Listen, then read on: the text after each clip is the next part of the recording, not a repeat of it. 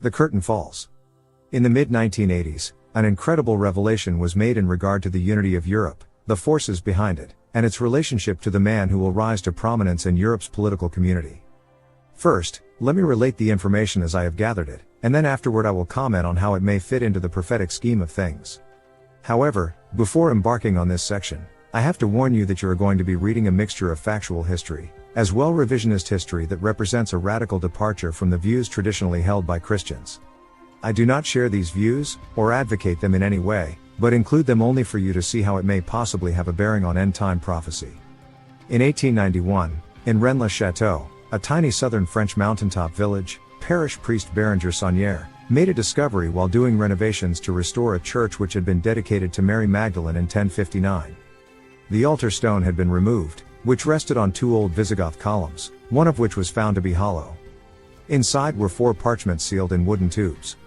2 were genealogies, one dated from 1244, which carried the seal of Queen Blanche de Castile, mother of King Louis IX, and the other dated from 1644 by François Pierre d'Hautpoul.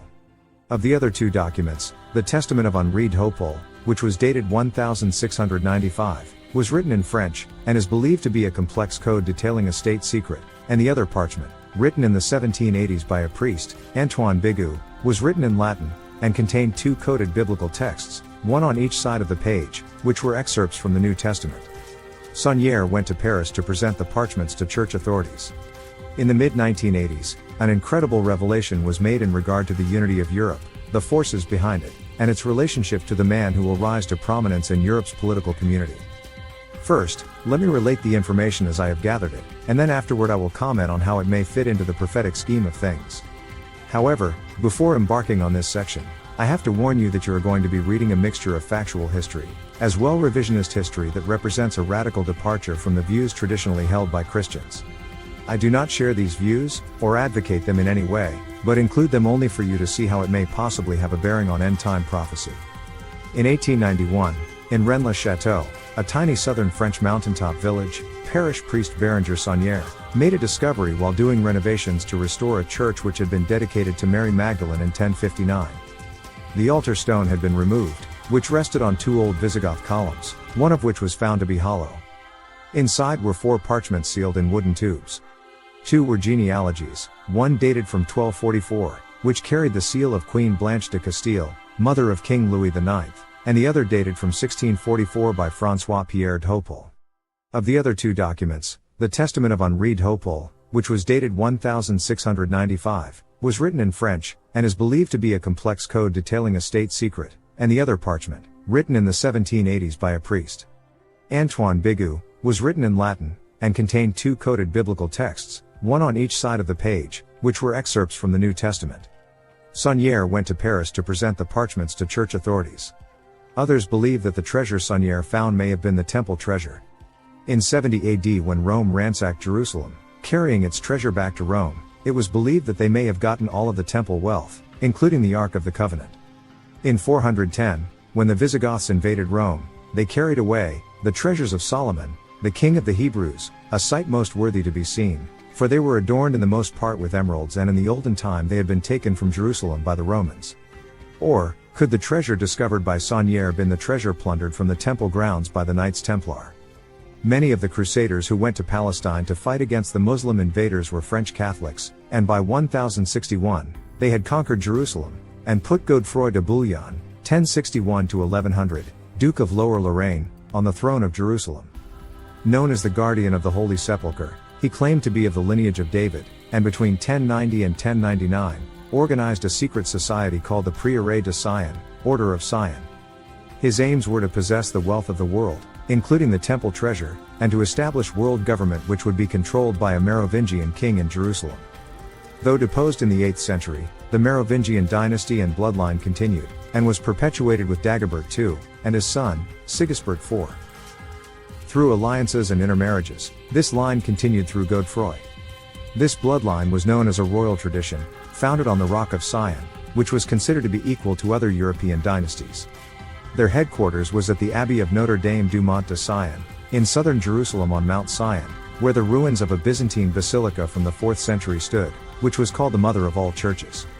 It was Godefroy's younger brother, Baudouin I, who became the first king of Jerusalem. It was the Prieure de Sion that created the Knights Templar as its military arm. In 1118, Hugues de Payenne, a nobleman from Champagne, and Godefroy de Saint-Omer, a French knight, along with 7 other knights, founded the Order of the Knights Templar, Order of the Poor Knights of Christ in the Temple of Solomon. They swore to live according to the rules of St. Augustine, and to use their swords, arms, and strength to defend the Christian faith. They also took vows of chastity and poverty, and promised not to join any other organization. They pledged to keep the roads and highways safe, for the protection of pilgrims, and not to surrender any wall, or foot of land. They offered their services to Baudouin I, the king of Jerusalem, and an entire wing of the royal palace on the Temple Mount, the site of Solomon's temple, was given to them to be used as a living quarters. In 1139, Pope Innocent II decreed that these Knights of Christ owed their allegiance to no one but the Pope, thus becoming a military arm of the Catholic Church, and they began to wear white robes with a red cross on the front. They carried a black and white striped banner which displayed the cross, and the words, Non nobis, Domini, sed nomini tuo de gloriam, which became their battle cry. Their meetings were carried out in secret.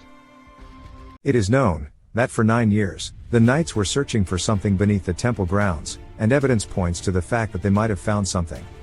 In March 1952, a copper scroll found in Cave 3 at Qumran, near the Dead Sea, revealed that more than 138 tons of gold and silver were buried in 64 locations, before the Romans destroyed the temple. It is believed that 24 of these locations were under the Temple Mount, which was plundered by the Knights Templar and taken to Europe, where it became the basis for the establishment of the international banking system. In 1153, a nobleman, Bertrand de Blanchefort, who lived only a couple of miles from Rennes-le-Chateau, became the 4th Grand Master of the Knights Templar. He escalated their growth into the diplomatic and political circles, and established a Templar presence in the area. Their numbers soon increased to 9,000, and the order spread to Tripoli, Antioch, Cyprus, Portugal, Castile, Leon, Aragon, France, Flanders, the Netherlands, England, Scotland, Ireland, Germany, Italy, and Sicily. They had a presence in most areas adhering to Christianity. In 1187, after the fall of Jerusalem to Saladin, they were forced to move their headquarters to the island of Cyprus, and in 1188, the Prieure de Sion withdrew their control from the Knights Templar and separated from them. They moved their headquarters to a temple in Paris, and through their organization and wealth, the Knights became the bankers of Europe. By the end of the 12th century, they had 30,000 members, mostly French, and they fought in the wars of their own countries. They soon gained so much power that their Grand Master Jacques de Molay became a challenge to the authority of King Philip IV, the Fair. Between 1303-5, King Philip had Pope Boniface VIII, 1294-1303, kidnapped and killed, and had his successor, Pope Benedict XI, 1303-05, poisoned. Then had his own man, Clement V, 1305-16, elected to the vacant papal throne. Pope Clement worked with Philip to begin a campaign to destroy the power and the influence of the Knights, the Merovingian bloodline, and to confiscate their treasures. In Germany, Spain, and Cyprus, they were acquitted of any charges, but not in England, Italy, and France. On October 13, 1307, all the Templars in France were arrested, amidst charges by a former member, Esquien de Horion, and an investigation by Pope Clement, who said that they appeared to serve Christ, but actually worshipped Lucifer. Accusations included immorality, heresy, denying Christ and the Virgin Mary, spitting and stepping on the cross, burning the bodies of dead Templars and giving the ashes to initiates to mix in with their food and drink, carrying out rituals with a skull, believed to be that of founder Hugues de Payenne, and worshipping a demon who took on the form of a cat. When King Philip's men broke into the Templar castle in Paris, they discovered a silver bust of a woman's head, with a hinged top, which when opened, contained 2 head bones wrapped in a white cloth, with a red cloth around that. They were believed to be part of the skeletal remains of Mary Magdalene. It was revealed that part of the initiation required the initiate to deny, curse, and spit at the cross, as part of a gesture symbolizing St. Peter's denial of Christ, thus introducing the candidate to the order as a sinner, so they could teach him the ways of Christianity. In actuality, the Knights had actually become opposed to the Pope, when they realized the Vatican's pagan relationship to sun worship, and since the Catholic Church had become so identified with St. Peter, the Knights had renounced Peter, and became followers of John. In 1312, Pope Clement ordered that the Knights Templar were to be suppressed. On March 18, 1314, Jacques de Molay, the The 22nd Grand Master of the Knights, Geoffrey de Charny, who possessed the Shroud of Turin, which was stolen from Constantinople, and 2 of their highest officers were burned at the stake for trying to overthrow the government. In England, Edward II joined in the denunciation by arresting and torturing 140 knights, 54 of whom were burned at the stake. Some of the remaining Templars fled to Portugal, where they were protected by King Denis II. Most, however, took refuge in Scotland, where they stayed for 400 years, developing the Scottish Rite branch of Masonry. In England, where the Templars established the first modern Masonic lodge at York, it was identified as the York Rite, while in France, it became known as the Scottish Rite. To signify the accomplishments of the order, it was made the highest attainable degree in Masonry. It is said that every true Mason is a Knight Templar. Meanwhile, the Prieure de Sion existed for another 300 years, until 1619, when the historical record dried up. According to recent information, it is believed that Saunier's treasure was actually the knowledge gleaned from the parchments, that the crucifixion of Jesus was a setup, and that he was alive as of 45 AD.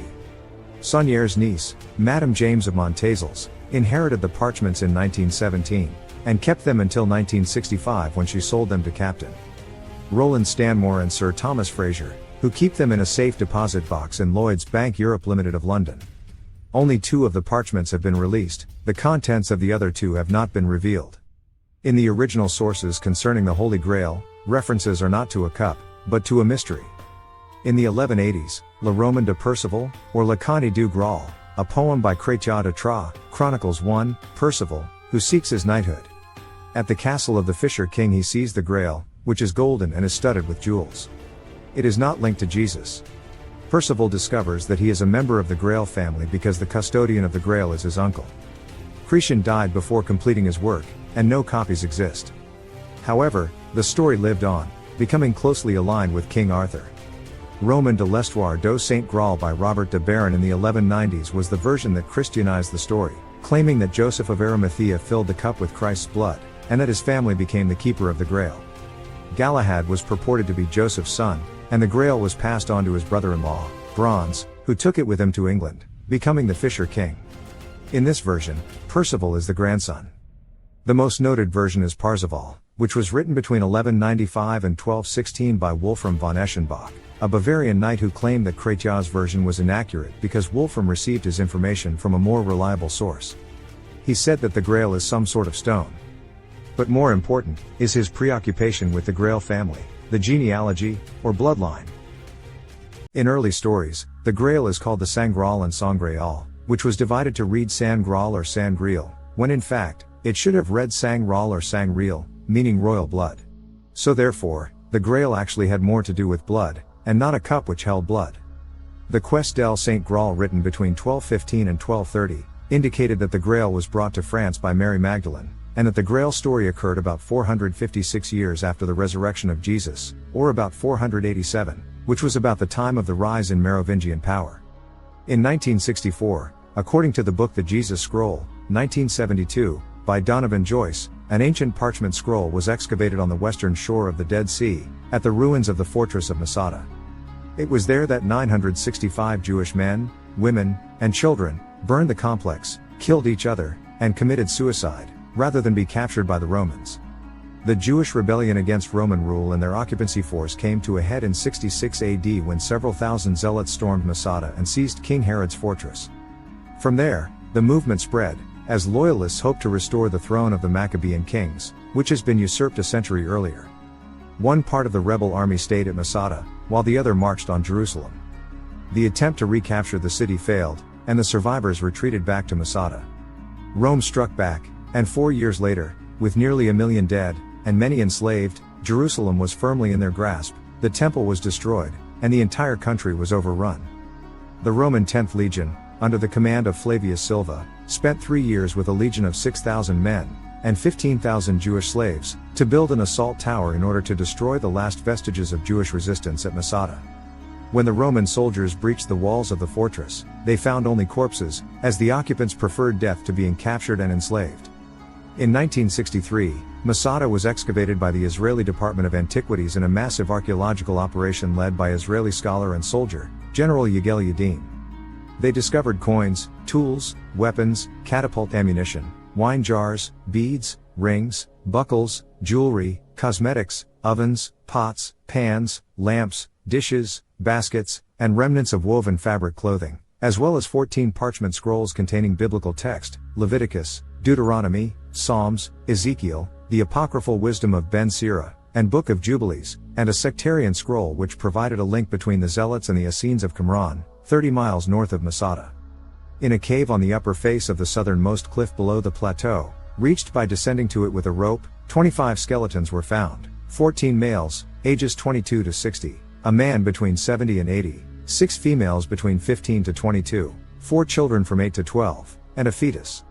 It had been believed that all of the bodies had been thrown over the side, so either the Roman centurions were unaware of this group which were separated from the main complex, or they were allowed to remain where they had fallen, just as the 3 skeletons found in Herod's palace at the northern end of the complex, which were believed to be that of Eleazar ben Yair, the Jewish commander, his wife and child, and left there as a tribute to his valor. The 3 were formally buried in July, 1969, at the foot of Masada in a common grave, with full military honors. It seems likely that there was an easier access to the cave, back at that time, which had since eroded away, the face of which was clearly visible from at least 2 nearby camps, so it had to have been searched. Which means Silva may have known that this was a special group, and also left them untouched. If the purpose of the rebels' presence at Masada was to restore the Hasmonean throne, then why did the war continue another 6 years after the death of their leader Menahem at the battle in Jerusalem? The prevailing evidence suggested that there was someone at Masada more senior than either Eleazar or Menahem. Because of the discovery of this document, it is now believed that the Zealots on Masada were actually a bodyguard contingent for the Hasmonean royal family, headed by Jesus, their king and Messiah, who they swore to defend till the death. Another document which was discovered, had been written on the evening of April 15, 73 AD, just after the Roman battering ram had compromised the fortress gate, and was pulled back, to await the Roman attack which would come at first light. The document was signed by Yeshua ben Yaakov ben Genesareth, who described himself as a son of 80 years, this would have placed his birth at 7 BC, and the last heir of the Hasmonean, Maccabean, king of Israel. Translated, the name was Jesus of Genesareth, son of Jacob. This document was the 15th parchment to be discovered on Masada, and it is believed that it was smuggled out of Israel by a rogue archaeologist, and taken to Russia. Because it cannot be located, the details given about it were only hearsay. The contents were allegedly revealed to the Vatican in February, 1967, because after a meeting between Pigorna of the USRR and Pope Paul, the Vatican did an about-face, and began supporting the Muslims in their quest for a homeland in Palestine.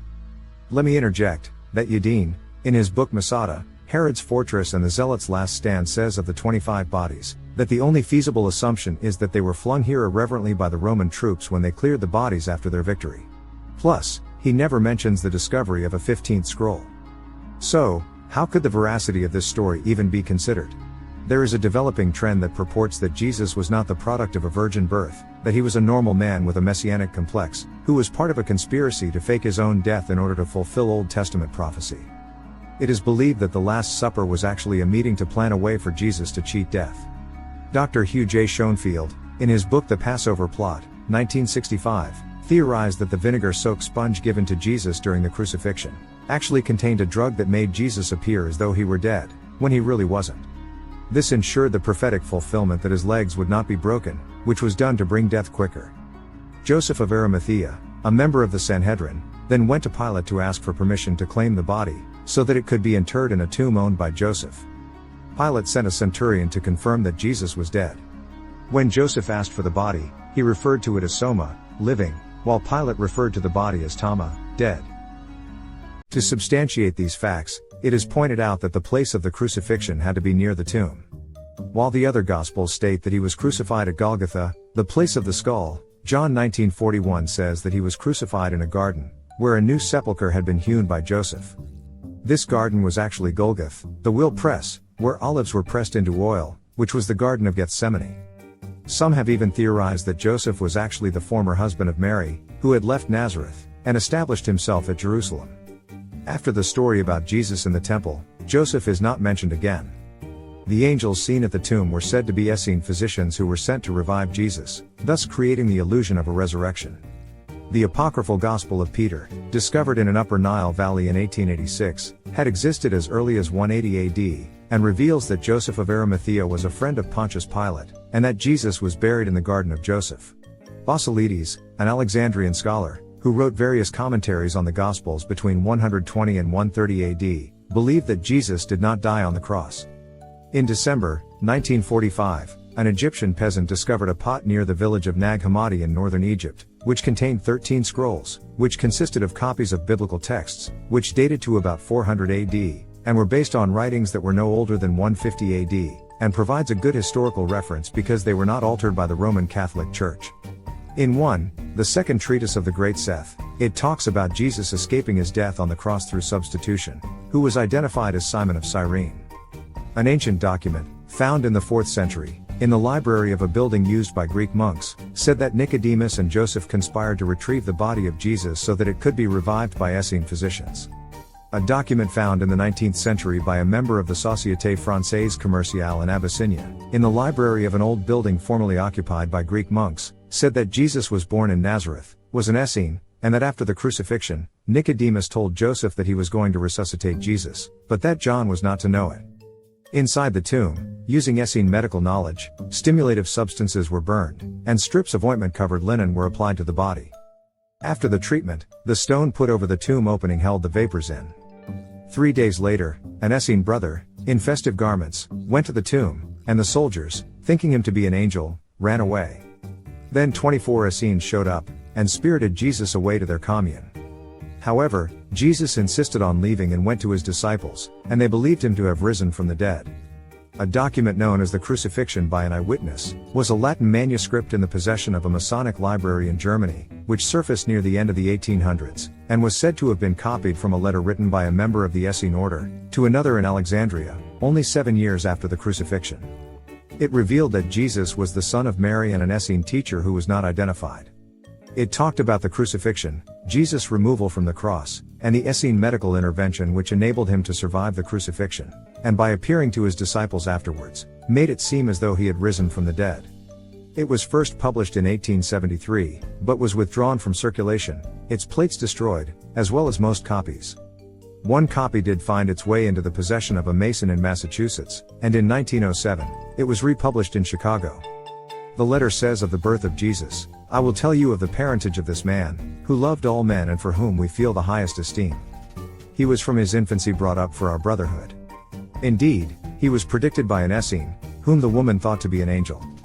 This woman was given to many imaginings, delving into the supernatural and into the mysteries of life. Our brother the Essene has acknowledged his part in these things and has persuaded the brotherhood to search for and protect the child secretly. Joseph, who was a man of great experiences life and of deep devotion to the immortal truth, was influenced, through a messenger of our order, not to leave the woman nor disturb her faith in the sacredness of her experience. He was told to be a father to the child until our brotherhood should admit him as a novice. Thus, during their flight to Egypt, Joseph, his wife and the child were secretly protected and guided by our brotherhood. Apocryphal writings indicate that while in Egypt, Joseph and Mary stayed at the monasteries of Wadi el-Natron, Matariah, and al-Mahareg, which were run by the Essenes. According to Josephus, the Essenes were the most perfect of all sects in Palestine. He wrote that they despise riches and worldly gains and live in communes, and are the most honest people in the world, exercise justice and equality, never marry, and they keep no servants. They all live the same simple, industrious and frugal life.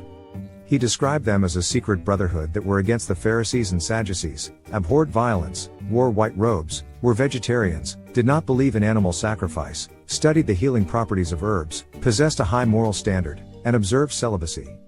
In 1963, scrolls known as the Talmud of Jmanuel were discovered by Greek Catholic priest, Isa Rashid, in a cave he claimed was the burial cave of Jesus. Written in Old Aramaic, sealed in protective resin, and buried under a flat rock, it is believed to have been written by Judas Iscariot. Pieces of the scrolls were missing, some unreadable, some deteriorating, yet, what had survived, was completely contrary to the story of Jesus as related in the Bible. The document claims that Joseph of Arimathea realized that Jesus was still alive, and quickly went to Pilate to request the body, taking it back to his own tomb.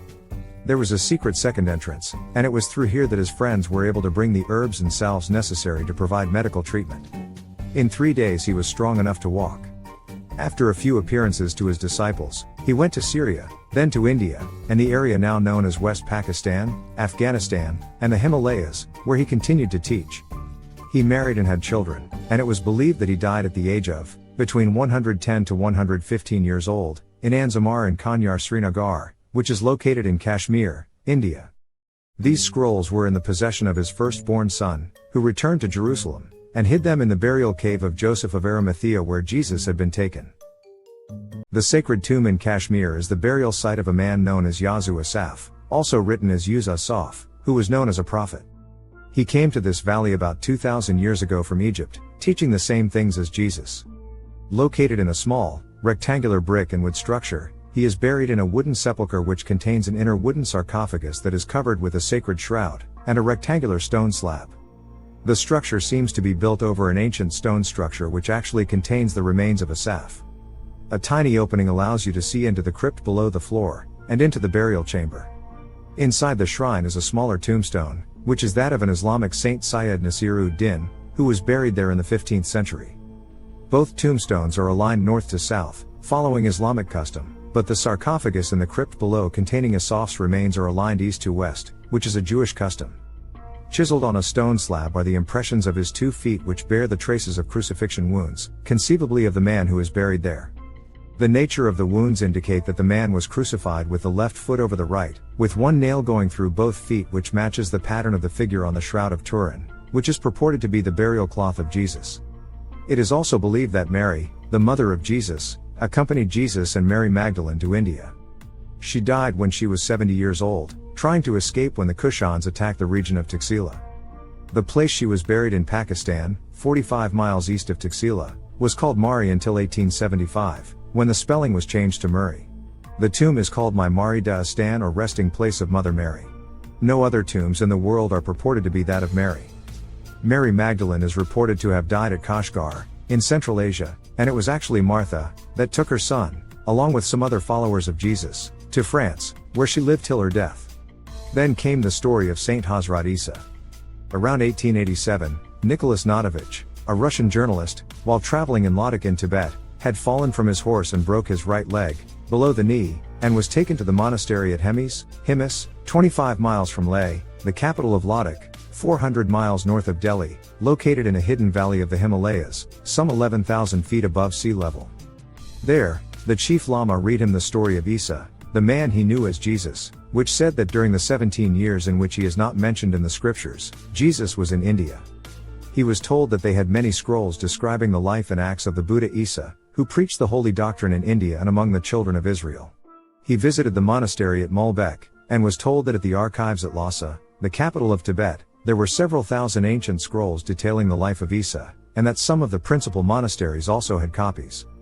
The documents, which had been brought from India, to Nepal, and then to Tibet, were originally written in Pali, the religious language of the Buddhists, and then translated into Tibetan. Nadovich believed that the verses may have been actually been spoken by St. Thomas, historical sketches traced by his own hand or under his direction. There are various references to the Apostle Thomas, also known as Didymus, Judas, and twin brother of Christ, apostle of the highest who shares in the knowledge of the hidden words of Christ, who, according to religious tradition, introduced Christianity to India in 52 AD. The apocryphal Acta Tome, the Acts of St. Thomas, written in the early 3rd century, said, when the apostles had been for a time in Jerusalem, they divided the countries among them in order that each might preach in the region which fell to him, and India, Parthia, northwest region of India, from the Euphrates to Indus and India proper, fell to the lot of Thomas. He went to India as a carpenter, and preached the gospel to the Parthians, Medes, Persians, Bactrians, Indians, and Hyrcanians. One story said that he arrived at the coast of Malabar in 52, and established his first church there. Another story said that after spending some time in the north, he went south, along the coast of the Arabian Sea. And yet another story said he arrived in the state of Kerala in 52, where it is believed that Thomas established 7 churches, Cranganore, Pallur, Kodakavu, Kakamangalam, Niram, Chail, and Quillan. After a couple years he went to South Tamil, and Tamil Nadu. According to a 2nd century Syrian manuscript called the Doctrine of the Apostles, it says, after the death of the apostles, there were guides and rulers in the churches, and whatever the apostles communicated to them, and they had received from them, they taught to the multitudes. They, again, at their deaths also committed and delivered to their disciples after them everything which they had received from the apostles, also what James had written from Jerusalem, and Simon from the city of Rome, and John from Ephesus, and Mark from the great Alexandria, and Andrew from Phrygia, and Luke from Macedonia, and Thomas from India, that the epistles of an apostle might be received and read in the churches in every place. India and all its own countries and those bordering on it even to the farthest sea, received the apostles' hand of priesthood from Thomas, who was guide and ruler in the church which he built there and ministered there. His writings speak of the conversion of a king named Gundafar, and in the 19th century, some coins were discovered in Afghanistan, near the capital city of Kabul, and in the western and southern regions on the Indian Punjab, which bear the name God Affairs, and date back to 20 and 40 AD. He went from the west coast to the east, to Mylapore, near Madras in southern India, now called St. Thomas Mount, on the Bay of Bengal, where in 72, he was killed by an assassin sent by the ministers of the king, while he was kneeling in prayer. After being pierced by the spear, he fell on a hand-carved stone cross. This cross was rediscovered by some Portuguese workers on March 22, 1547, as they were digging the foundation for the church that was built on the site. His relics were preserved in a cathedral dedicated to him. The Roman Catholic Church considers the Cathedral of St. Thomas a basilica, because it was erected over his tomb. However, another source said he was buried 6 miles away at the church he built, near Fort St. George in Tamil Nadu in India. Notovich published his findings in New York in 1890 as The Life of Saint Isa, and in London in 1894, as The Unknown Life of Christ. He said that the Roman Catholic Church was aware of the existence of these manuscripts, and in fact have 63 complete, or partial copies of similar manuscripts in various languages. Notovich was treated by Dr. Karl Marx, not the Russian revolutionary, who recorded the information in his diary that is in the possession of the Moravian Christian mission at Leh. However, the New York Times published a story about J. Archibald Douglas who visited the same monastery, and they told him they never saw Notovich, and knew nothing of a Saint Isa. They labeled Notovich's book a forgery. In 1921, a tourist named Henrietta Merrick visited the monastery at Hemis, was told about Isa, and that there were documents that had been in their possession for 1,500 years that talked about him. In 1922, Swami Abhedananda, a scholar, Hindu monk, and a disciple of Ramakrishna, went to India, visited the same monastery at Hemis, and was also told about Saint Isa from their copy of the scroll, and he was shown an original copy of the scroll at the monastery in Lhasa, Tibet, which vindicated the incredible claims of Notovich. He translated it into English, and then in 1929 to Bengali. In 1928, Professor Nikolai Rurik also traveled to Ladakh and Kashmir, where he visited the Hemis monastery, saw many scrolls, and found out that the writings concerning Isa were kept in the most isolated part of the subterranean storage areas. Rurik said that the Tibetan scroll he found indicated that Isa was 13 years old when he secretly left his father's house left for India, and Notovich records in his book that he was 14 when he went to India, as does the Nathanamavali, or Sutra. He didn't want to marry, which pushed him into leaving home. He traveled east with a caravan of merchants to Pakistan. The apocryphal Gospel of the Hebrews, also known as the Gospel according to the Hebrews, said that Jesus traveled to India by way of Assyria and Chaldea with a group of merchants. His first stop was Sindh, where the Indus River and its tributaries flow into the Arabian Sea. He then went to Punjab and Rajputana, and then to Orissa. The evidence suggested that Isa stayed at the temple of Jagannath in Puri for 6 years. He also visited Rajagraha, Varanasi, Benares, and other holy cities. Isa then left the temple so he could visit the birthplace of Buddha, and lived in the Buddhist monastery there, where he was educated in the teachings of Buddha. Shakyamuni Buddha, 563 to 483 BC, was a well-educated prince who renounced his royalty. His father was the chief of the Shakya clan in Kapilavastu, in Nepal, because of his disillusionment with the ravages of illness and old age. At Gaya, while meditating under a Bodhi tree, he had a vision, and became enlightened. He taught about non-violence, peace, and compassion. About 300 years later, Ashoka Maurya, 269 to 232 BC, emperor of northern India, converted to Buddhism, and sent missionaries to many countries. In fact, it has been suggested that the Pythagoreans in Greece, and Essene community in Judea, was the result of missionary work by Buddhists. The man known as Isa was considered to be the incarnate of the spirit of Buddha, and was revered as a great prophet and teacher. After 6 years in the foothills of the Himalayas in southern Nepal, he was recognized as a master, and had become a perfect expositor of the sacred writings. He left, traveling westward. He passed through Punjab, and met up with a caravan of merchants from Kashmir, and he performed miracles among them, including the healing of the sick. He returned to Egypt where he appeared before the Essene Brotherhood, where he passed 7 tests, after which he was proclaimed the Christ. In a meeting before the 7 sages, Isa said, "The history of life is well condensed in these immortal postulates. There are 7 hills on which the holy city shall be built. There are 7 sure foundation stones on which the universal church shall stand. The words I speak are not my own, they are the words of him whose will I do. And from men of low estate I will select 12 men, who represent 12 immortal thoughts, and these will be the model of the church. And when a better age shall come, the universal church will stand upon the 7 postulates. And in the name of God, our Father God, the kingdom of the soul shall be established on the 7 hills. And all the peoples, tribes, and tongues of the earth shall enter in. The Prince of Peace will take his seat upon the throne of power, the triune God will then be all in all." He returned to Palestine when he was 29 years old, and the remainder of the narrative pretty much parallels the New Testament, except that the Jewish priests and elders are portrayed as supporting him, and Pilate is the one working behind the scenes to bring about his death. The text then ends with the persecution of his followers, and the disciples being sent forth to preach. According to tradition, Isa died when he was 125 years old. In 367, Bishop Athanasius of Alexandria made a list of writings which were to become what we now know as the New Testament.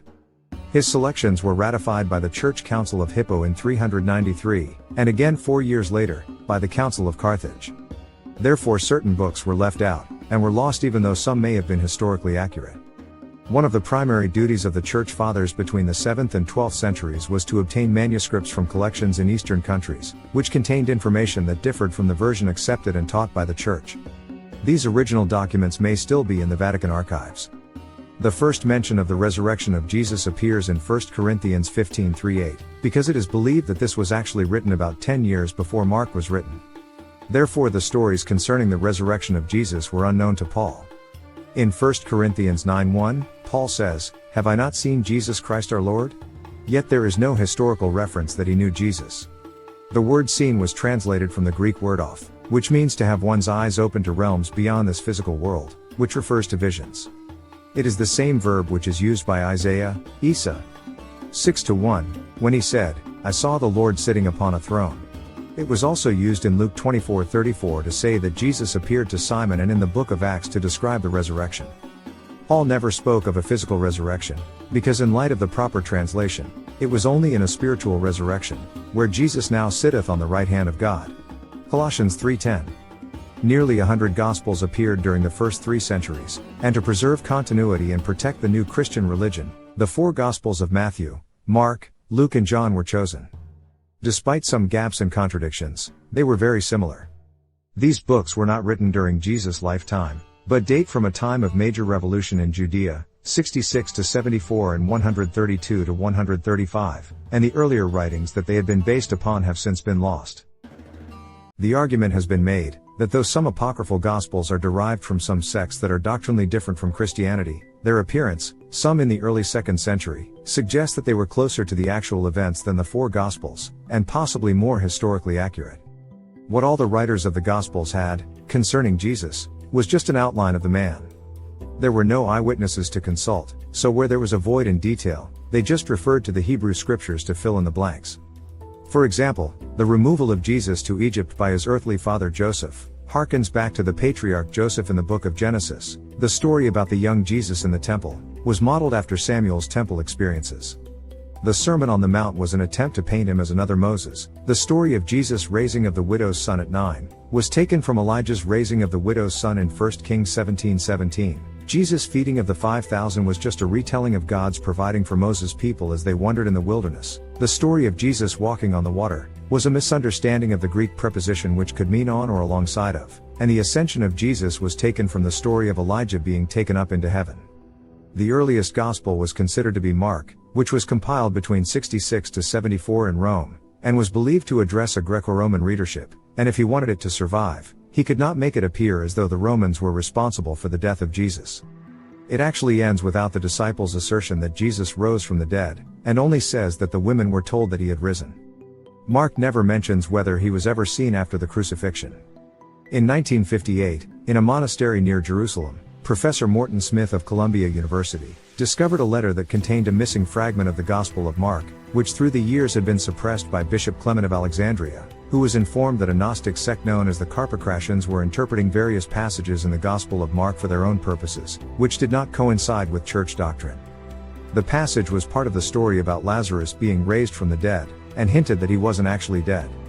Along with the exclusion, there was also an addition, because the original manuscript ended with the death and burial of Christ, and the discovery of an empty tomb. Yet, the version that exists today includes the resurrection, which was added in the 2nd century, making the last 12 verses of Mark fraudulent. However, research by Ivan Panin, outlined in a booklet called The Last 12 Verses of Mark, utilizing analysis of numeric design, has done a lot to reaffirm its authenticity. The Gospels of Luke and Matthew used Mark as a source for their writings.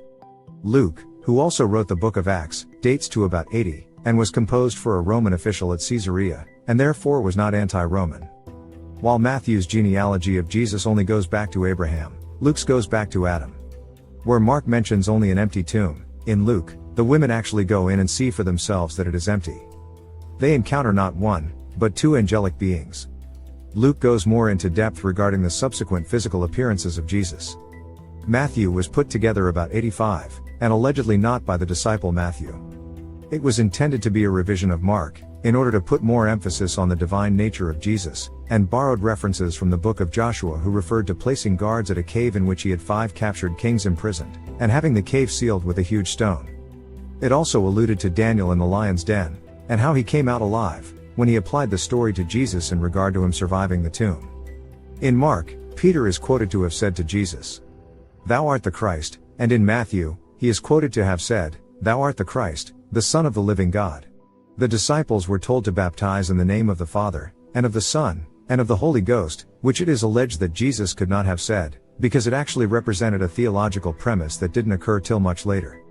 Barnabas, a follower of Jesus, uncle of Mark, and a companion of Paul, who traveled around Palestine preaching the good news, wrote an apocryphal book, known as the Gospel of Barnabas. It was accepted as a canonical gospel in the Alexandrian churches until 325 AD, when the Nicene Council ordered all copies of it to be destroyed, and anyone who had it in their possession was to be put to death. In the 5th century, a copy, written in his own hand, was found lying on his chest, in his tomb in Cyprus, which made its way into the library of Pope Sixtus V, 1585 to 1590, and was made available by a monk named Frater Marino. Though there is no major deviation from the authorized Gospels, one subtle difference appeared in the Sermon on the Mount, which seems to indicate that the account which is written in Matthew may have been embellished, to make it sound better. Barnabas writes, "Blessed are they that mourn this earthly life, for they shall be comforted. Blessed are the poor who truly hate the delights of the world, for they shall abound in the delights of the kingdom of God. Blessed are they that eat at the table of God, for the angels shall minister unto them." Polycarp, author of a letter to the Philippians, wrote about the first 3 Gospels, but not the 4th, because it didn't exist, and it wasn't mentioned until 180 by Theophilus of Antioch. John has come to be regarded as the most accurate of the Gospels, even though it is believed to have been written over a period of years by theologians, at the Greek city of Ephesus, who in 100 AD, sought to fill the void in the contents of the other 3. John has the risen Jesus being seen by only Mary Magdalene, where in other books, other women accompanied her, and also singles her out as being a primary mourner. This hint at a more intimate relationship has given rise to a theory as to the actual role that Mary had in the life of Jesus. In the other 3 Gospels, the Last Supper is portrayed as a Passover meal, after which Jesus was crucified. However, in John, the crucifixion occurred before the Passover, whereby John puts more emphasis on the foot washing that occurred. This discrepancy had been explained by saying that John was using the lunar calendar, while the others were using the solar calendar. However, it is now believed that John's purpose was to present Jesus as the Passover lamb of the Jews, who is killed as their sacrifice. Where in Luke, only Peter goes to inspect the tomb, in John, it was Peter and John. Critics claim that the story of doubting Thomas, John 20:19-31, wasn't true, based on the premise that Jesus was tied to the cross, rather than nailed. Some have even claimed that there was no historical proof that he, John, ever existed. Simon Peter, the rock upon whom Jesus said he would build his church, was believed to be the first to see Jesus after the resurrection, and it was through his efforts that the philosophy of Christianity was perpetuated. The primary contention is that the New Testament was doctored to present Jesus as being divine.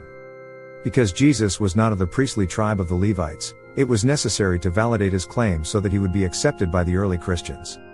In the book of Hebrews, completed before the fall of Rome around 68, Jesus was described as being a perfect priest after the order of Melchizedek, who in Genesis was referred to as a priest of the Most High God, yet neither was he a Levite.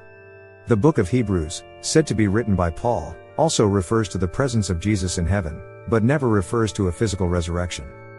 Books such as Forgotten Worlds by Robert Charu, 1971, and Resurrection, Myth or Reality? By John Shelby Spong, 1994, have questioned the authenticity of the Bible.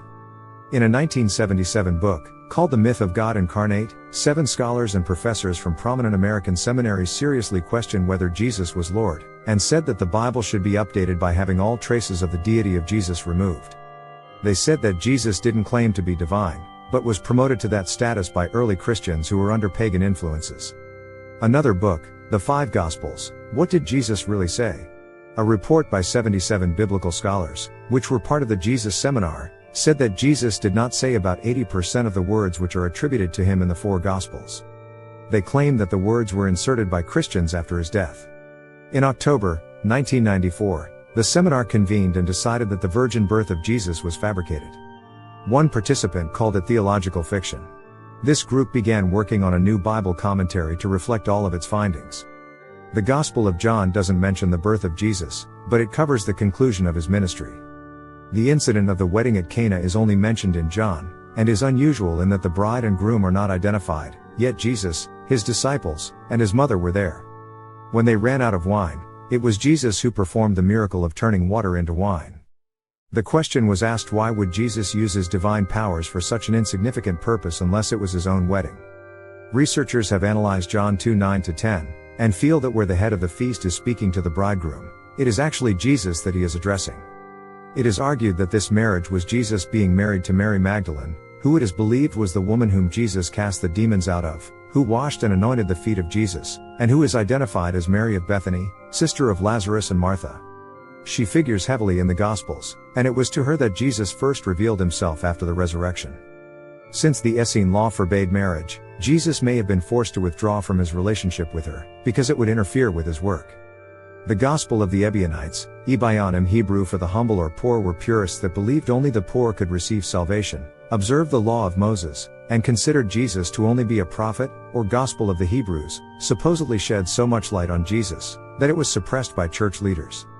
In fact, all books of the Ebionite sect have mysteriously disappeared. In the Gospel of Mary, Peter says, "Sister, we know that the Savior loved you more than the rest of women. Tell us the words of the Savior which you remember, which you know but we do not, nor have we heard them."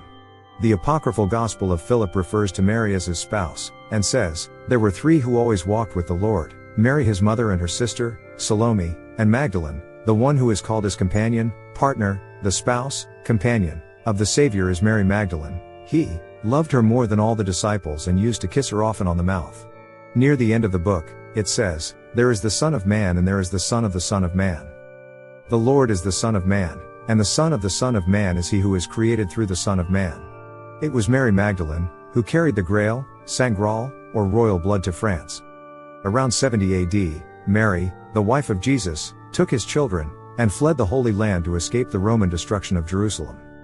They made their way to a Jewish community in Provence, in southern France, where the lineage of Jesus, through marriage, was joined with the royal family of the Franks. During the 5th century, the Sicambrians, a Germanic tribe called the Franks, crossed the Rhine River into Gaul into what is now Belgium and northern France, thus creating the royal Merovingian dynasty.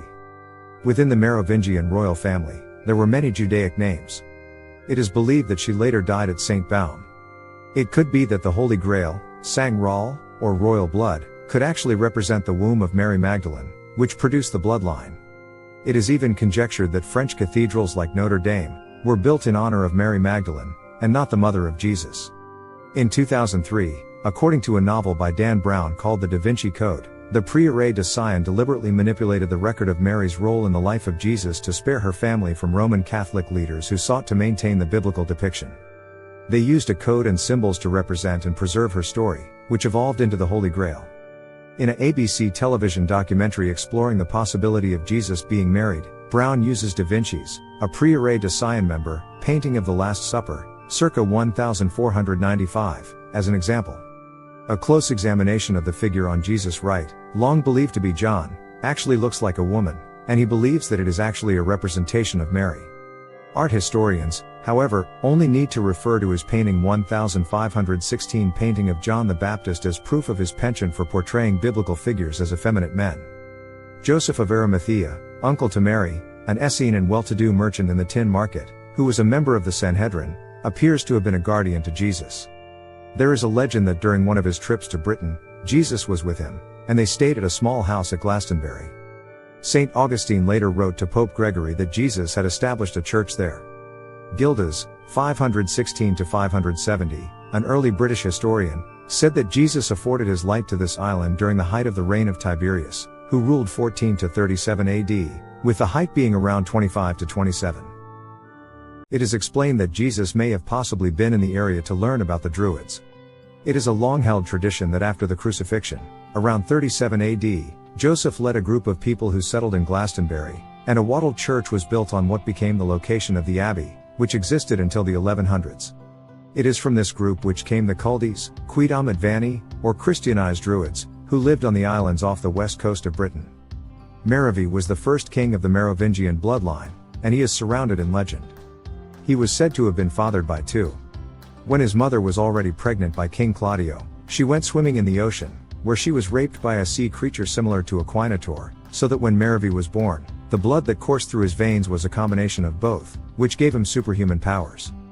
Merovi claimed he descended from Odin, a Norse god, which is where we get Wednesday, Woden's Day, or Odin's Day, which some researchers believe actually referred to Dan, one of the 12 tribes of Israel, because the Merovingian kings claimed to be the descendants of the Spartans and Trojans. The tribe of Dan declined to accept their land when Joshua divided it up, and they marched up the Jordan Valley to the city of Laish, conquered it, and called it the city of Dan. They immigrated to what is now known as Greece, where they dominated the people who were living there, the Pelasgians. They became known as the Danaoi.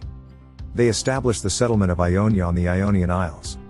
A branch migrated to Ireland and were known as the Tuatha de Danann, then went to Denmark as the Danes, and another branch eventually made their way to Britain.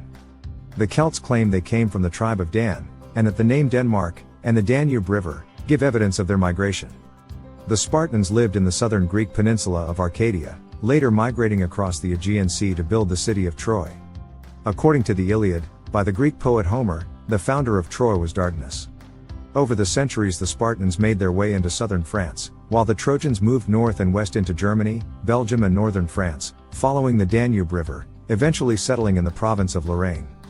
In the apocryphal book of 1 Maccabees, it was written that the Spartans were related to the Jews and were of the stock of Abraham, and for various reasons, were believed to have been from the tribe of Dan. When the tomb of Childeric I, son of Merovi, was opened in 1653, 300 miniature bees of gold were found, which Napoleon had sewn into his coronation robe. In the Bible, the Danites were represented by a serpent, an eagle, a lion, and bees. The eagle's wings on the back of the lion in the 7th chapter of Dan may symbolize Dan breaking away from the tribe of Judah. The tribe of Dan lived in the territory west of Jerusalem, near the coast of the Mediterranean, and after the death of Samson, lost their lands, and went north into the area now known as Lebanon, where they lived for 600 years. In 721 BC, when the Assyrians took 10 of the tribes captive, there was no mention of Dan, thus they soon lost their identity. In Genesis 49:17, Jacob gave a prophetic statement in regard to his sons in that last days, and said that, Dan shall be a serpent by the way, an adder in the path, that biteth the horse heels, so that his rider shall fall backward. In the Testaments of the 12 Patriarchs, an apocryphal book written about 150 BC, which is said to represent the final words of Jacob's 12 sons to their families, attributes this statement to Dan, made when he was 125 years old. I read in the book of Enoch, the righteous, that your prince is Satan. I know that in the last days you will defect from the Lord, you will be offended at Levi, and revolt against Judah, the bloodline of Jesus, but you will not prevail over them. When Moses built the tabernacle, he chose 2 men to head up the project, Bezaleel, of the tribe of Judah, and Aholiab of the tribe of Dan, and after it was completed, the tribes were positioned around it, and instructed to display their standard. Dan was in the north, and given the symbol of Scorpio, which according to the Egyptian zodiac was a snake, and yet, Ahiezer, captain of the tribe, chose an eagle, considered a hunter of snakes. The symbol of ancient Spartan Greece was an eagle, as was the symbol of ancient Trojan Rome. In recent history, the symbol of the Habsburg dynasty was an eagle. The offspring of Merovee were noted for a birthmark, a small red cross, above their heart or between their shoulder blades, which became their symbol. The Merovingians were known as sorcerer kings, who could heal, had clairvoyant powers, and could telepathically communicate with animals. They wore powerful amulets, and were called the long-haired kings because they didn't cut their hair. Merovee, 447–58, was a practitioner of the religious cult of Diana. His son, Childeric I, 458–96, practiced witchcraft. Childeric's son, Clovis I, 496–511, adopted Christianity, converting to Catholicism, and in 496, he was given the title Novus Constantinus, New Constantine, by the Bishop of Rome, giving him the authority to preside over the rebirth of a Christianized Roman Empire, consolidating the power of the Church, and creating a tie between Church and state.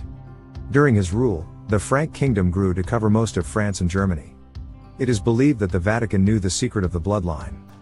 Merovingian bloodline: Merovee, 447–58, Childeric I, 458–96, Clovis I, 496–511, Clotaire I, 511–58, Chilperic I, 561–84, Clotaire II, 584–628, Dagobert I, 602–38, Sigisbert III, 629–56, Dagobert II, 651–79, Childeric III, deposed. The Church had a hand in the assassination of Dagobert II, and Childeric III was deposed by Pepin III, the first of the Carolingian dynasty. The removal of the Merovingians was culminated with the coronation of Charles the Great, Carolus Magnus, or Charlemagne, who in 800 became the Holy Roman Emperor, thus betraying the pact made with the Merovingian bloodline, ending their dynasty. But the bloodline continued in the personage of Sigisbert IV, son of Dagobert II, who fled southward, taking on the surname Plantard, eventually Plantard, and the title of the Count of Rezes. In 1956, the Prieure de Sion was registered with the French government, with the objective of studies and mutual aid to members. They were headquartered in Sceaux-Cassan, and within the group they circulated a magazine called Circuit, which was an abbreviation for Chivalry of Catholic Rules and Institutions of the Independent and Traditionalist Union. In 1976, the excommunication of traditionalist Archbishop Marcel Lefebvre by Pope Paul VI was expected. He represented the conservative branch of the Roman Catholic Church, who fought against the modernization of the Church. In the end, the Pope backed down, and The Guardian, August 30, 1976, revealed their theory why the Archbishop's team of priests in England believe their leader still has a powerful ecclesiastical weapon to use in his dispute with the Vatican. No one will give any hint of its nature, but Father Peter Morgan, the group's leader, describes it as being something earth-shaking. The order held a convent at Blois on January 17, 1981, the first since the one in Paris in 1956. The 121 at the meeting were all figures in high finance and international politics. A man named Pierre Plantard de Saint Clair was elected as their Grand Master. His name figures prominently in many Prieure documents. He is the lineal descendant of King Dagobert II and the Merovingian dynasty. In 1960, he spoke of an international secret hidden at Gisors. His grandfather was a personal friend of Berenger Saunière, and he owns land in the area of Rennes-le-Chateau. In French records, he was listed as the Secretary General of the Prieure de Sion. When asked what their objectives were, he said, "I cannot tell you that. The society to which I am attached is extremely ancient. I merely succeed others, a point in a sequence. We are the guardians of certain things. And without publicity. The organization is not limited to just restoring the Merovingian bloodline, and has many Jewish members, though the full extent of the membership is unknown. Documents on file indicate that their organizational hierarchy is similar to the Masons." In 1979, in Paris, Plantard told reporters of the BBC, when asked if his organization had the treasures of the ancient Jewish temple, he said, "Yes, they will be returned to Jerusalem when the time is right." He claimed that the real treasure was spiritual and consisted of a secret that would create a major social change regarding the restoration of the monarchy. In talking about France, Plantard said that Mitterrand was a necessary stepping stone. He revealed that their order is on a timetable, and that their plans were unstoppable. Plantard talked about unrest within the membership of the Prieure's Anglo-American contingent. The signatures of Gaylord Freeman, John Drick, and A. Robert Aboud were found on their official correspondence. They were associated with the First National Bank of Chicago. Drick was the president, and on the board of directors of other companies, including Stepan Chemical, MCA, Oak Industries, and Central Illinois Public Service. Freeman, an Illinois lawyer, was chairman of the board of First National, and on the boards of other companies, including First Chicago Corporation, Atlantic Richfield, Bankers Life and Casualty Company, Baxter Travenol Labs, and Northwest Industries. He also chaired a committee on inflation for the American Bankers Association. He was a member of the MacArthur Foundation and a trustee of the Aspen Institute of Humanistic Studies. Robert Abood had also been chairman of the board of First National, and later became president of Occidental Petroleum Corporation. It was originally believed that the signatures were forged from a 1974 annual report, but it was later discovered they were produced with rubber stamps. Though Freeman denied membership in the Prieure de Sion, or of having any knowledge of their activities, Plantard has corroborated the information and said that their association with Freeman and other financiers had more to do with their goal of European unity, which had become their primary concern. Plantard resigned as Grand Master and member of the order in July 1984, for reasons of health, plus other personal reasons, foremost being that he didn't agree with certain maneuvers by our English and American brethren. During the 19th century, the Prieure de Sion, working through Freemasonry and the Ieren du Val d'Or, attempted to establish a revival of the Holy Roman Empire, which was to be a theocratic United States of Europe, ruled simultaneously by the Habsburgs and by a radically reformed church. Their goals were thwarted by World War I and the fall of Europe's reigning dynasties. However, they continued to work for a united Europe as a protection against the Soviets, and as a neutral power to serve as a balance between Russia and the United States. Out of the Merovingian bloodline had come most of the ruling families of Europe, and some Roman Catholic popes. The genealogy of Dagobert's son, Sigisbert IV, can be traced through a dozen families, including the houses of Luxembourg, Montpezat, Montesquieu, Sinclair, Stuart, Devonshire, Plantard, and ending with the Habsburgs. Even though the Habsburg Empire no longer exists, when the first Parliament of the European Economic Community met in 1979, one of its primary delegates was Dr. Otto von Habsburg, the oldest son of Charles I, the last Habsburg emperor. He and son Karl have been among the leading proponents of a united Europe. Karl von Habsburg is the heir apparent to the Habsburg legacy. In 1909, Hitler found out about the legend behind the Holy Lance of Longinus, the Spear of Destiny, said to be the one used to pierce the side of Jesus during the crucifixion. It was said that whoever possessed the spear would rule the world. It was in the possession of 45 Merovingian rulers from 752 to 1806, and when Hitler saw it, it was on display at the Habsburg Treasure House Museum in Vienna. His obsession for the spear ended when he began his European military campaign against Austria for the purpose of getting this holy relic, which he did on October 13, 1938. He placed it in the hall of St. Catherine's Church in Nuremberg. When the war got closer to Germany, the spear and other treasures were secured in a protective vault. On March 30, 1945, when the American invasion was expected, the treasures were moved again. However, the Holy Spear was accidentally left behind, where it was found by the Americans. Upon the order of Eisenhower, the supreme commander of the Allied forces in Europe, it was returned to the Habsburgs. It is believed that the Prieure de Sion has incontrovertible proof concerning Jesus and his continuing bloodline, and has been working to again bring this bloodline to power. With this type of research, which purports to give you evidence of their claims, it can be rather unsettling. All of these theories and revelations seem so incredible, that they border on the impossible, because they are completely contrary to everything we have been taught to believe.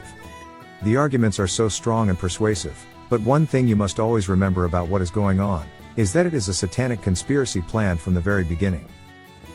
With that said, bear in mind what it says in John 8:44, "Ye are of your father the devil, and the lusts of your father ye will do. He was a murderer from the beginning, and abode not in the truth, because there is no truth in him. When he speaketh a lie, he speaketh of his own, for he is a liar, and the father of it." The three main things that Satan does, is that he kills, steals, and destroys. So if any new information seeks to deviate from what is found in the Word of God, then it must be considered highly suspect. You must use spiritual discernment to separate fact from satanic lies and deceit. When I found out about the Prieure de Sion, there seemed to be something here, but for the longest time I just couldn't put my finger on it. But soon, the deeper I got, certain things stood out. By approaching these theories as being untruths, which they are, and isolating certain aspects of the premise, I think that the Prieure de Sion becomes an important piece of the puzzle which I have been trying to assemble. My theological beliefs are based on the fact that Jesus Christ was, and is the Messiah, the Son of God, that he was crucified, and died on the cross for the sins of the world, and that after 3 days, he rose from the dead, and commissioned his disciples to preach the gospel to all people. I was raised to believe that, and as I have gotten older, it continues to be an undeniable fact. Since I consider this to be the truth, there must be a reason why people would go to such lengths to disprove the resurrection of Jesus, and develop a fraudulent background story. There seems to be a poison that is slowly spreading in religion. For years, the story has been building that Jesus planned the crucifixion to fake his death in order to fulfill Old Testament prophecies. This basically says that the concept of Christianity is based on a lie, and that Christ was only a man, who was transformed into the Son of God by early church leaders. There weren't that many people that held to this belief. However, with knowledge gleaned from archaeological excavations, the discovery and translation of new apocryphal and biblical texts, and new interpretations of Scripture, the liberals have been successful in spreading this propaganda. Even though Jesus has been accepted as a great man, a great teacher, and credited for the establishment of the largest religious group in the world, this movement has sought to strip away his divinity by saying that the resurrection was concocted to draw people into the church. When the revelation of the Prieure de Sion began to surface amidst talk that not only was the crucifixion planned, but that Jesus was married to Mary Magdalene, and had children whose descendants became part of the Merovingian royal family, there had to be a reason. Although not a lot is known about this group, there seems to be evidence that they may have found much of the temple treasure, and used this wealth to establish themselves as a financial power in the world. The Merovingians ruled in Europe, and the Prieure de Sion has been working behind the scenes to unite Europe under a single form of government. With the advent of the European Union, their efforts have been realized. Their goal has been to establish a world government that would be ruled by the Merovingian bloodline. After all these years, why does this group continue to work towards this goal? The implication has been made that the group represents the Merovingian bloodline, and by extension, are the living descendants of Jesus Christ. Biblical references in Daniel and Revelation strongly suggest the rise of a future leader out of the re-established Holy Roman Empire, which is actually Europe. This leader will have to be a man capable of gaining the political support of all the European states. He will be a military genius who will be able to give Europe a sense of security, and a brilliant statesman whose words and deeds will make him a champion of justice. He will understand the problems of Europe, who will be able to bring peace and prosperity to the land. As time goes on, and more propaganda is spread concerning this bloodline of Jesus, more people will begin to believe it. Remember what Joseph Goebbels, 1897 to 1945, Nazi minister of propaganda, said: "The great masses of people will more easily fall victims to a big lie than a small one, if it is repeated often enough." And remember, only 2 of the 4 documents discovered by Saunier have been revealed. Plus, it is believed that the Prieure de Sion is also in possession of documentation that will prove their contention. Something else that has to be considered, because of all the controversy and secrecy surrounding the Dead Sea Scrolls, is there something there that will contribute to this massive deception? When the time is right, this information will be revealed, and it may be the final blow which will allow all of their plans to come together. Much of the information about Jesus that is cited by the proponents of the various claims that have been made, come from ancient apocryphal documents. Even though some have been proven to be an accurate historical record, others could just be the writings of individuals who refused to accept a truth, and instead came up with their own version of events. Some of you have probably heard of the British Israel theory in regard to the migrations of the Jews. Proponents of this theory claim that those populating the country of Israel now are not actually Jews, that the Jewish race actually migrated west to the area of Europe and became the progenitors of the European nations. The patriarch Jacob produced 12 sons, each of whom became the father of one of the tribes of Israel: Reuben, Simeon, Levi, Judah, Issachar, Zebulun, Joseph, Benjamin, Dan, Naphtali, Gad, and Asher. They each settled in a different part of the land of Canaan on each side of the Jordan River. After the death of King Solomon, Israel was split into 2 kingdoms, along territorial and political lines. Judah and Benjamin in the south remained loyal to the house of David, while the rest of the tribes to the north were ruled by a succession of monarchies. The Assyrian conquest of Israel mentioned earlier was a bit more complex than what is generally known. The downfall of the country began in 734 BC, and ended with the defeat of their capital at Samaria in 722 BC. Plus there was another incursion into Samaria in 720 BC. The actual deportation of Israelites, which began with the initial Assyrian attacks from 734 to 732 BC, actually continued until 715 BC. 3 different Assyrian kings were responsible for the forced deportation of Israelites to Assyria: Tiglath-Pileser III, 745 to 727 BC, Shalmaneser V, 727 to 722 BC, and Sargon II, 722 to 705 BC. The result was that the Israelite population in northern Israel was virtually wiped out. In 722 to 721 BC, Shalmaneser V, the king of Assyria, conquered the northern kingdom of Israel, captured Samaria, and took these 10 tribes to Assyria, where they were imprisoned in Halah, Habor, Hara, and the river of Gozan. For all intents and purposes, these tribes seemingly disappeared, and they became known as the 10 lost tribes of Israel. It is believed, for the most part, that the southern tribes of Judah and Benjamin make up what is known as the Jewish people of today. However, biblical evidence points to the fact that it was known where these tribes were. In 2 Chronicles 31-10, recorded many years after the exile of the northern tribes, you'll find this passage, "And King Hezekiah sent to all Israel and Judah, and wrote letters also to Ephraim and Manasseh, that they should come to the house of the Lord at Jerusalem, to keep the Passover unto the Lord God of Israel. So they established a decree to make proclamation throughout all Israel, from Beersheba even to Dan, that they should come to keep the Passover unto the Lord God of Israel at Jerusalem, for they had not done it of a long time in such sort as it was written.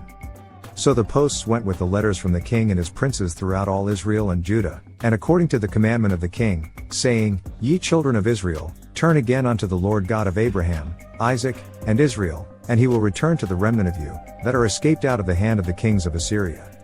So the posts passed from city to city through the country of Ephraim and Manasseh even unto Zebulun, but they laughed them to scorn, and mocked them. This indicates that the king knew where the tribes were and was able to send them correspondence, so they were never really lost at all. Genesis relates that Cain made his way to a land where he built a city, and called the name of the city, after the name of his son Enoch. Genesis 4:17, although there has been extensive archaeological research around the area where Eden was believed to have been located, no remains of such a city has been found. But there is a city that bears the name Tenochtitlan. However, this was the capital of the Aztec Empire, which later became known as Mexico City. In 1 Chronicles 1:19 it says, And unto Eber were born 2 sons, the name of the one was Peleg, because in his days the earth was divided, and his brother's name was Joktan. Peleg was born around 2248 BC, and the confounding of speech took place at the Tower of Babel around 2234 BC. The text in Chronicles could be referring to people dividing up into various groups according to language similarity. However, some researchers believe that this passage reflects the fact that prior to Peleg, all the continents were connected. This confirms the scientific concept known as the continental drift theory, even though it happened much later, and illustrates that the descendants of Noah were able to migrate to lands all around the world on natural land bridges. In Genesis 35:11, Israel is referred to as a nation and a company of nations, and is a veiled prophetic reference to what would later occur. Undoubtedly the 10 lost tribes were assimilated into local populations, and branches also eventually migrated west. In 1165, Benjamin of Tudela, son of Jonah, in Spain, set out to explore the world, recording his adventures in his book of travels. In the mountains of Persia, he ran across Jewish tribesmen who he believed were descendants of the tribes of Dan, Zebulun, Asher, and Naphtali. In Arabia, he discovered the largest Jewish settlement in the region, the Jews of Kibar, who he identified as being from the tribes of Reuben and Gad. In the early 16th century, Bartholomé de las Casas wrote of the Indians in the West Indies, Peru, and Guatemala. Indeed, I can bring proofs from the Bible that they are of the lost tribes. A report 120 years later by Portuguese traveler Antonio Montesinos indicated that there was an Indian tribe living beyond the mountain passes of the Andes that represented a remnant of a Jewish tribe.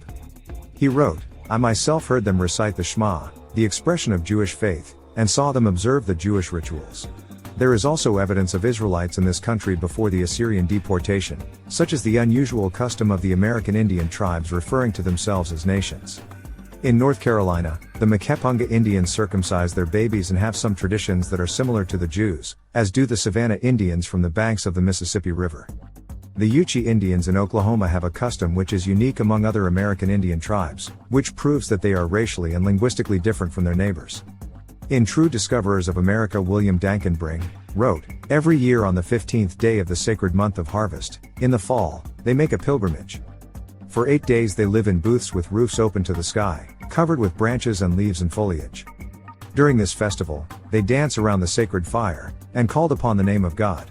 This ritual is similar to the Israelite Feast of Tabernacles, details of which are found in Leviticus 23.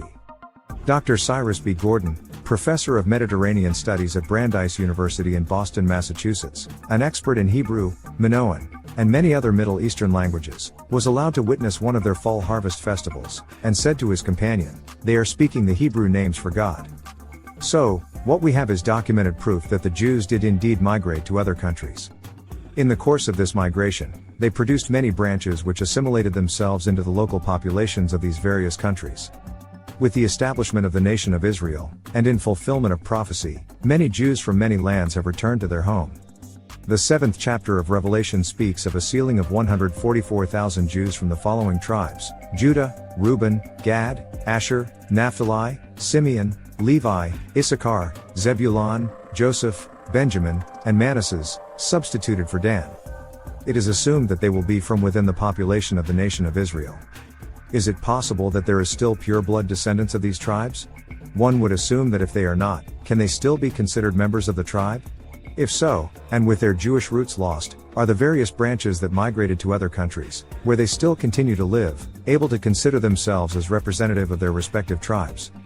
Following this course of speculative thinking, can we use this as another confirmation to prove that the 10 lost tribes, which migrated westward into the area now known as Europe, is actually the 10 horns or 10 kings, which is believed to be Europe? I mentioned earlier that Leonardo da Vinci was a member of the Prieure de Sion.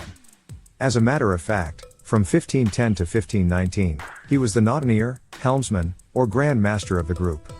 One interesting piece of information I found out was that da Vinci was alleged to have been the one who forged and painted the Shroud of Turin, which is purported to be the burial cloth of Jesus, which is now in possession of the Catholic Church. The authenticity of this cloth has been debated for many years. After it was carbon dated and determined that it is not old enough to have been the burial cloth, then came testing which proved that there was an organic bacterial coating over it which distorts carbon dating results. It was Dr. Lencio A. Garza Valdez, a microbiologist, who reached that determination. In a quest to once and for all prove its authenticity, he went a bit farther. There were sticky tape samples taken from areas of the shroud that appeared to be blood. Garza Valdez had these remnants from the left hand, by the Stirp group in 1978, and from the occipital region, by Rigi in 1988. Not only was he able to determine that it was actually blood, but that it was the blood, ab group, of a human male. Since the secret of the Holy Grail centers on the blood, or to be more precise, the bloodline, is the shroud a piece of the puzzle. Dr. Garza Valdez has allayed any fears of the possibility that someone could try to extract DNA from it in an attempt to clone the man on the shroud, because he said that any blood samples which could be retrieved from it would be so degraded that it would be insufficient to allow the possibility of cloning. However, is the quality of it good enough to prove a bloodline? The story that has been outlined up to now refers to Jesus and Mary Magdalene being married and having a child. As Christians we know that not to be true. However, it is no secret that Jesus had brothers, James, Hoseas, Simon, Judas or Judah, and sisters, Matthew 13:55, and their bloodline could have very well survived through their descendants. Eusebius states that there still survived of the Lord's family the grandsons of Jude, James and Jude, who was said to be his brother, humanly speaking. These were informed against as being of David's line and brought before Domitian Caesar, who asked them whether they were descended from David, and they admitted it. Eusebius said that the descendants of Jesus' family became leaders of various Christian churches, and traced them to the time of the Emperor Trajan, 98 to 117 AD. A Roman Catholic account documents a 4th century incident in 318, when the Bishop of Rome, now referred to as Pope Sylvester I, met with 8 Desposini, descendants of Jesus' family, leaders. Each of them was a leader of a branch of the church at the Lateran Palace. They demanded that the confirmation of the bishops of Jerusalem, Antioch, Ephesus and Alexandria be revoked, and that the titles be conferred on members of their family, and that their church in Jerusalem be considered the mother church. Sylvester refused, and there was no subsequent contact reported. The New Testament, Galatians 2:9, bears out the fact that James, Cephas, Peter, and John were the leaders of the church in Jerusalem, and by virtue of the order they were mentioned, and bloodline, James was probably the head of it. As far as the Shroud of Turin, it could very well be the actual burial cloth of Christ. But if it is a forgery, to believe that Leonardo da Vinci, 1452 to 1519, fabricated it may be a stretch, since the earliest report of its existence was in 1357. Of course, if anybody could have done it, da Vinci is probably the most likely suspect in that he had trained to be an engineer, and was a scientific genius, as well as an artist. So, we must consider the fact, that if the shroud is a fake, either somebody else did it, or da Vinci did it and substituted it for the real one. Just for kicks and giggles, let's assume that at some point, it will be determined that the shroud is the authentic burial shroud of Christ, even if it may not be. When some international leader rises to power, and it appears that he embodies every quality that the world is looking for in a leader, and even seems to fulfill the biblical prophecies of a coming Messiah, what would happen if the DNA of his blood would match the DNA of the blood on the shroud? Who better to lead a united Europe, than a living descendant of Jesus Christ, who could also use New Age philosophy to claim that he is a reincarnation of the Son of God? In light of this possibility, and the obvious longevity of this group, circumstantial evidence would seem to point to the fact that the Prieure de Sion could be the ultimate power behind the Illuminati, using them to bring the world to a point where this man would be accepted with open arms, as the answer to the world's problems. Once this leader takes his place as the head of the revived Holy Roman Empire, it will not be long before he is revealed to be the antagonist referred to in the Bible as the Antichrist. After wading through all of the information and speculation I have presented to you, finally you have reached the point where you can understand the whole premise upon which this book was based. It is my belief that the purpose of the movement towards a new world order is to establish a one-world government, and to set the stage for the rise of the Antichrist.